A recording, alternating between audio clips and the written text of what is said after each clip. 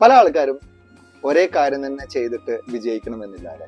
പക്ഷെ ചില ആൾക്കാർ അങ്ങനെയല്ല. ആദ്യം തുടങ്ങിയ കാര്യങ്ങൾ തന്നെ ആയിരിക്കും ചിലപ്പോൾ ജീവിതം വരെ കൊണ്ടു നടക്കുന്നത്.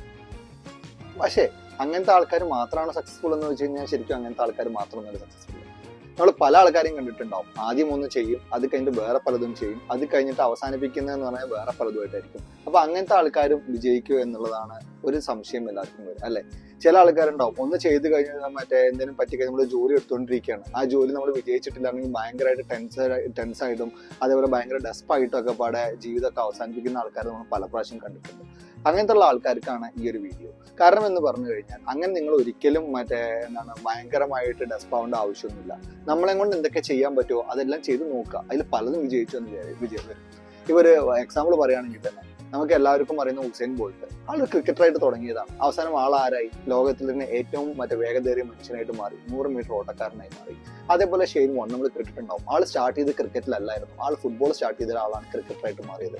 ഇനി എന്തിനും അങ്ങോട്ടൊന്നും പോകേണ്ട ആവശ്യമില്ല. നമ്മുടെ കേരളത്തിൽ തന്നെ നോക്കുകയാണെങ്കിൽ ബേസിൽ ജോസഫിനെയും അതേപോലെ തന്നെ പല ആൾക്കാരും നോക്കുകയാണെങ്കിൽ അവരൊക്കെ ജോലി ചെയ്ത് വന്നതിന് ശേഷമാണ് പിന്നെയാണ് അവർ സിനിമ മേഖലയിലോട്ട് തിരിഞ്ഞിട്ട് സിനിമ വഴിയാണ് അവർ പ്രസിദ്ധരായത് അല്ലേ.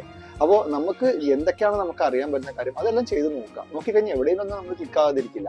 ചില സമയത്ത് നമ്മുടെ പാഷനായിരിക്കും നമുക്ക് കൂടുതലായിട്ട് വിജയങ്ങൾ നമ്മൾ സാധാരണ തരുന്ന ജോലിനേക്കാളും തരുന്നത്. അതുകൊണ്ട് തന്നെ അങ്ങനത്തെ വല്ല പ്രശ്നങ്ങളും ഉണ്ടെങ്കിൽ നിങ്ങൾ ഒരിക്കലും തളരരുത്. നിങ്ങൾക്ക് അറിയാവുന്ന കാര്യങ്ങൾ ചെയ്യുക. അത് എന്തായാലും വിജയിക്കുമെന്നുള്ള ഉറപ്പ് നമുക്ക് വരും. പക്ഷെ വിജയിക്കണമെന്ന് വെറുതെ വിജയിക്കാൻ പറ്റില്ല. നമ്മൾ അതിനു വേണ്ടിയിട്ട് ശ്രമിക്കുക കൂടി വേണം എന്ന് മാത്രം.